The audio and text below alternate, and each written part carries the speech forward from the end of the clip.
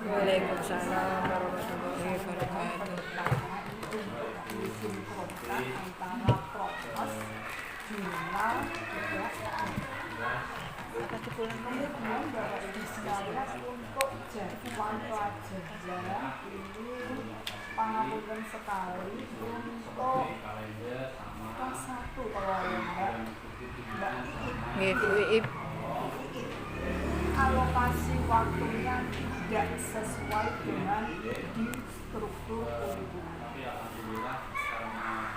Jadi dengan di dalam menyusun jadwal menika harus melihat menyesuaikan dengan alokasi waktu yang ada di struktur kurikulum, utamanya untuk mapel bahasa Indonesia dan matematika. Kelas 1 dan 2 ini yang membedakan adalah kelas 1 bahasa Indonesia itu 6 JT, matematika 4. Tetapi untuk kelas 2 bahasa Indonesia 7, matematika 5. Jadi total JT itu belum ditambah untuk muatan lokal bahasa Inggris ataupun mata pelajaran tambahan yang dilaksanakan di lembaga masing-masing. Jadi untuk kelas 1 intrakurikulernya itu ada 23, kelas 2 adalah 25. Nah, ketika nanti penjenengan menambahkan jam bahasa Jawa, muatan lokal bahasa Jawa 2 jam, bahasa Inggris 2 jam, maka di kelas 1 nanti menjadi 27 dan kelas 2 menjadi 29. Itu untuk jadwal. Kemudian untuk buku bimbingan, sudah benar, sudah betul, tetapi tolong ditambah kolom untuk hasil tindak lanjut. Setelah penjenengan melaksanakan tindak lanjut, hasilnya bagaimana itu harus dilengkapi dengan hasil tindak lanjut. Contoh, ketika anak tidak mengerjakan PR, ini jenis bimbingannya bukan sosial, tetapi jenis bimbingannya adalah belajar. Setelah penjenengan mengadakan tindak lanjut, memberi nasihat dan sebagainya, maka hasilnya bagaimana? Apakah anak ini tetap tidak mengerjakan PR ataupun sudah ada perubahan? Hasil tindak itu untuk perangkat pembelajaran nanti bisa ditambah oleh kemudian yang pelaksanaan pembelajaran Bapak Ibu sekalian, karena panjenengan semua itu mengajar di kelas bawah, saya sarankan panjenengan itu memaksimalkan penggunaan media belajar. Karena apa? Media belajar ini bisa membantu tentang pemahaman konsep peserta didik terhadap materi yang akan dipelajari.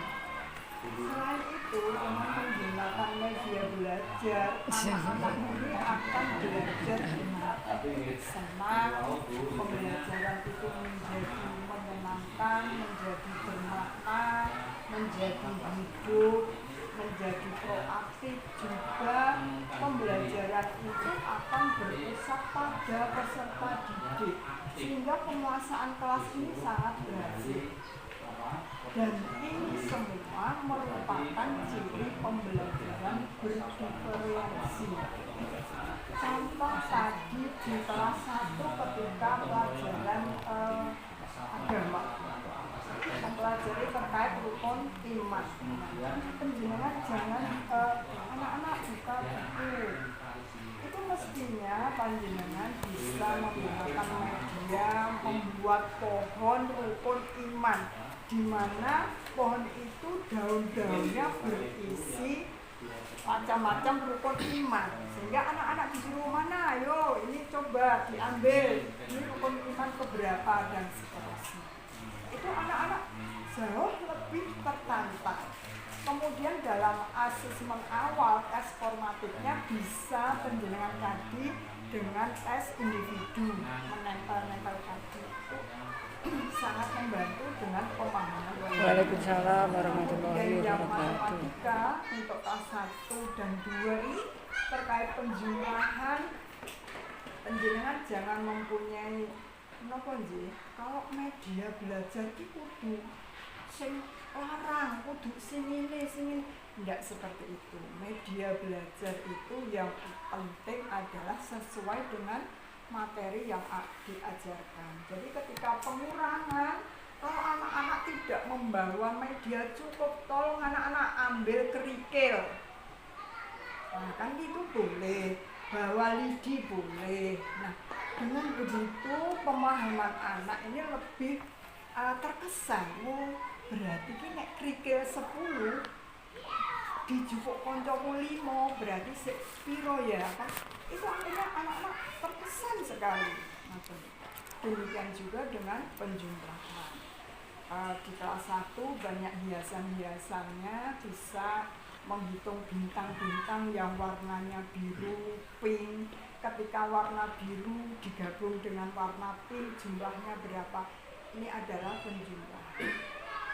Mungkin Bapak Ibu, jadi sekali lagi karena kelas bawah, mohon panjenengan semua merencanakan sebuah pembelajaran bagaimana anak ini bisa terkesan dengan pembelajaran yang panjenengan berikan, yaitu salah satunya dengan menggunakan media belajar, bisa yang sederhana, bisa yang monggo, pokokipun anak benar-benar terkesan dengan pembelajaran yang panjenengan berikan.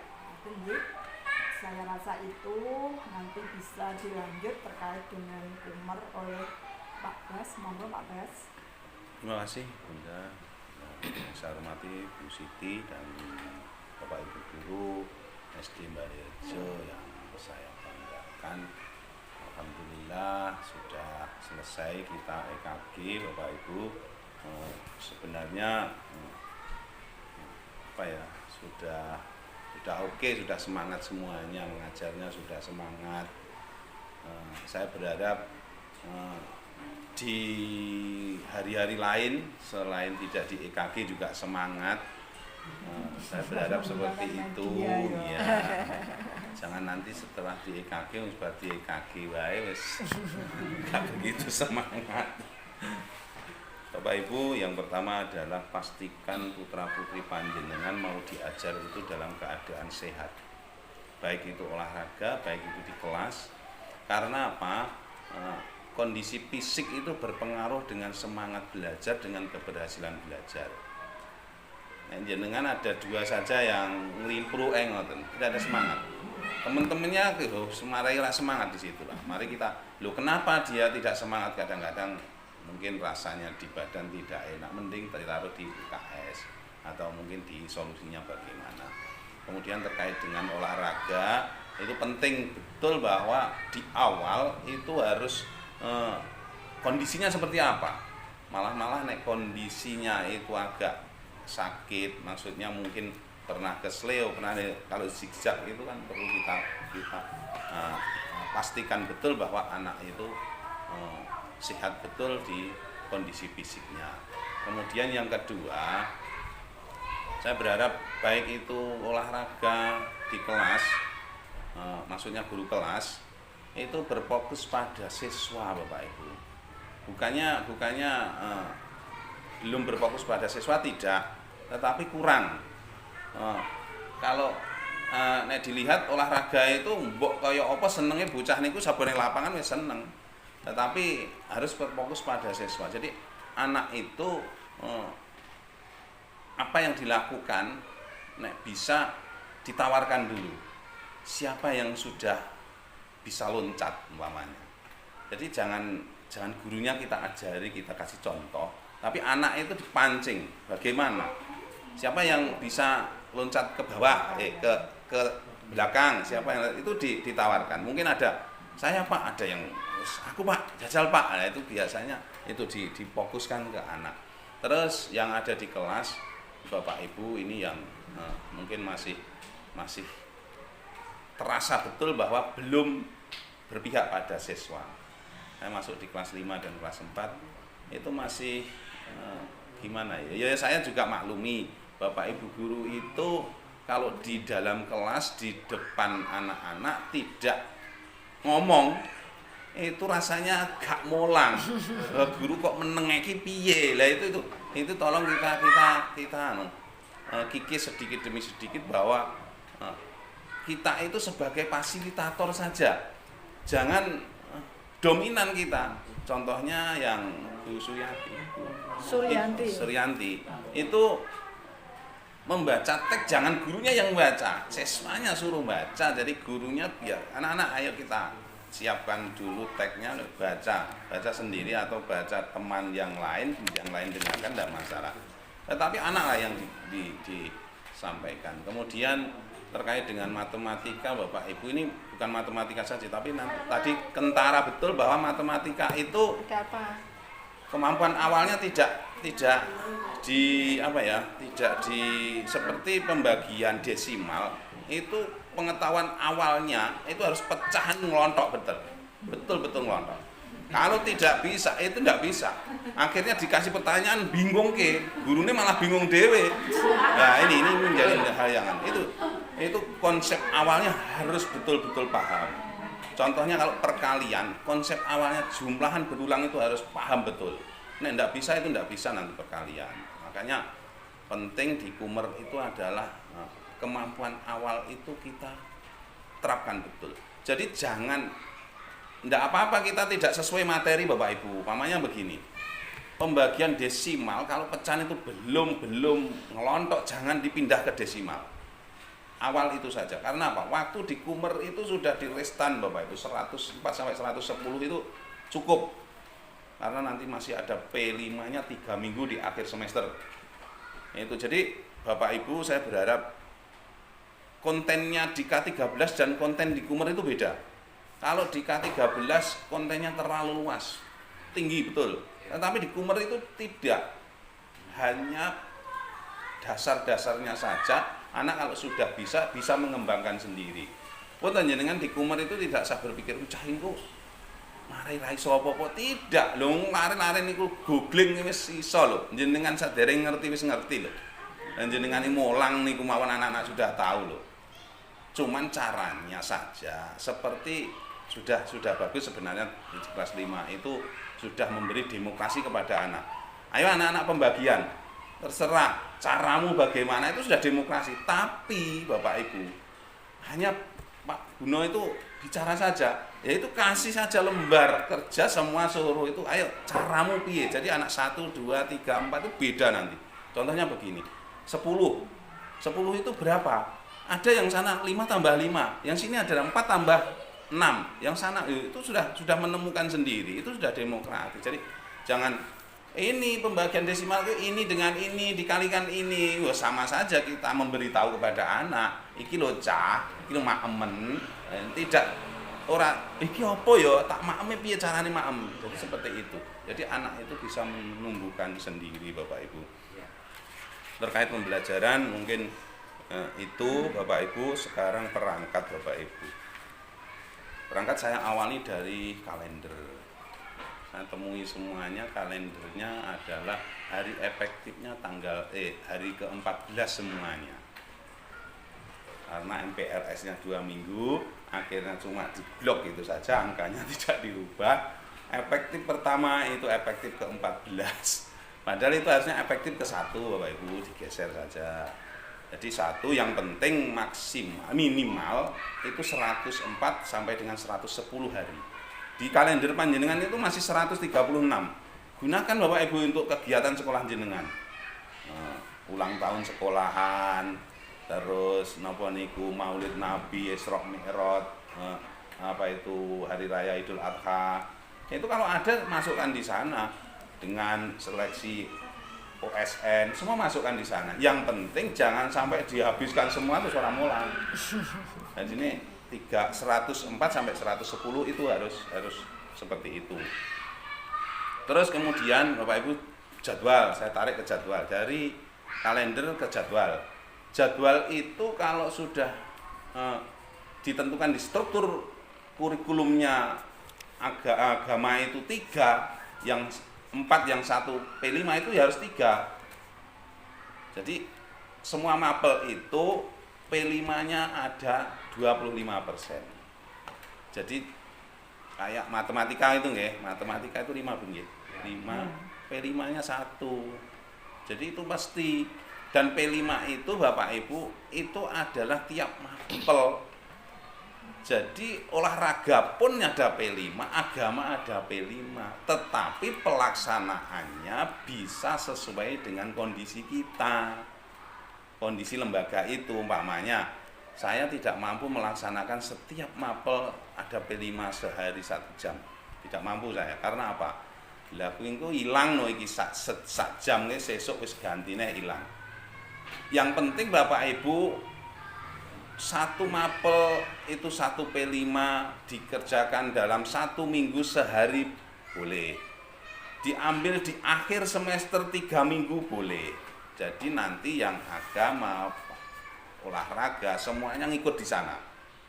Terus ini P5 jangan berpikiran namanya proyek kudu carry kuwi kudu oleh produk, bukan.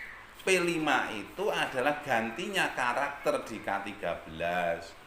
Contohnya, kita menanam tumbuhan.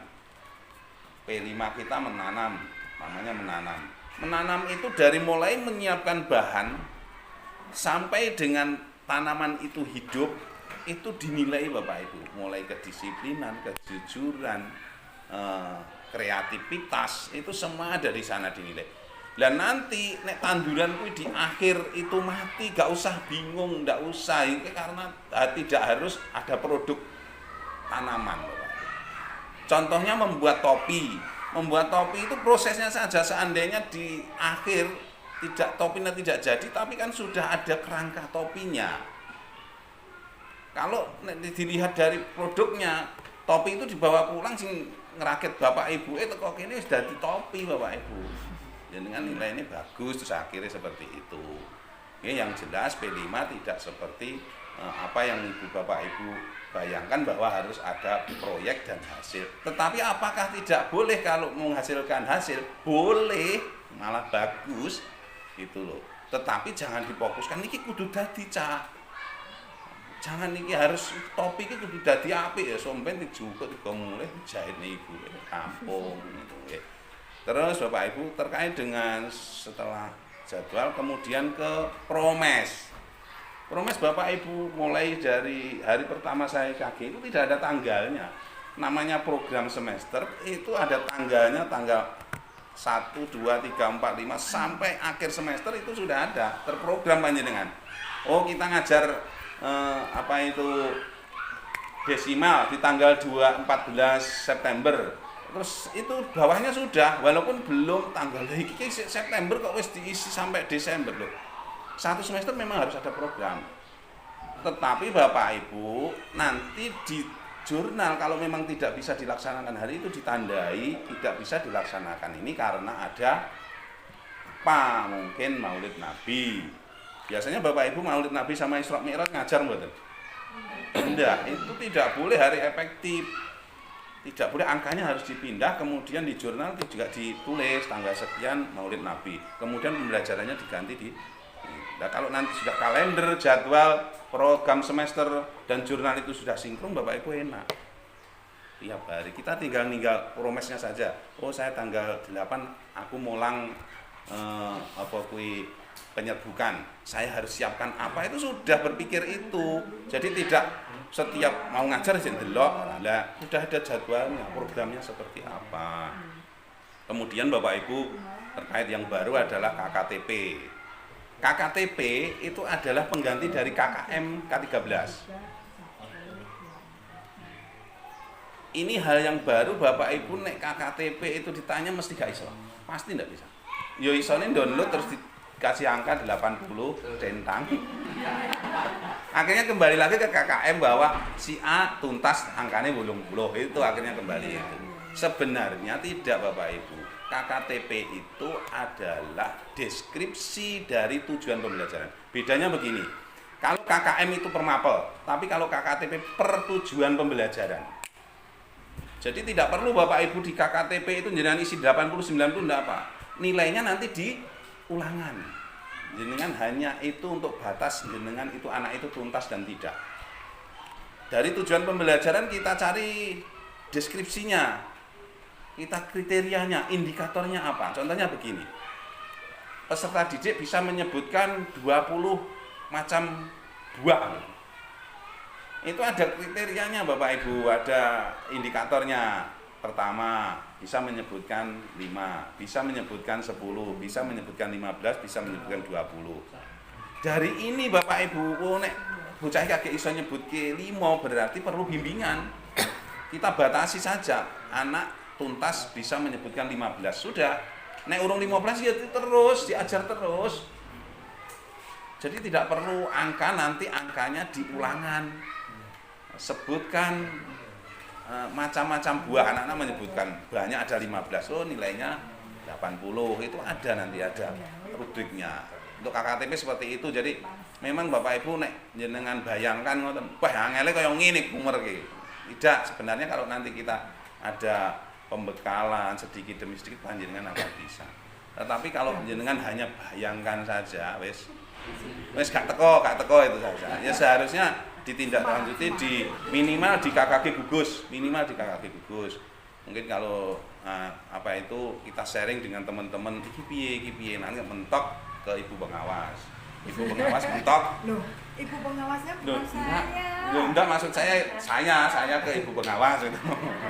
Terserah ibu pengawasnya siapa, yang penting ibu pengawas setelah itu biar dicarikan solusinya Bapak Ibu.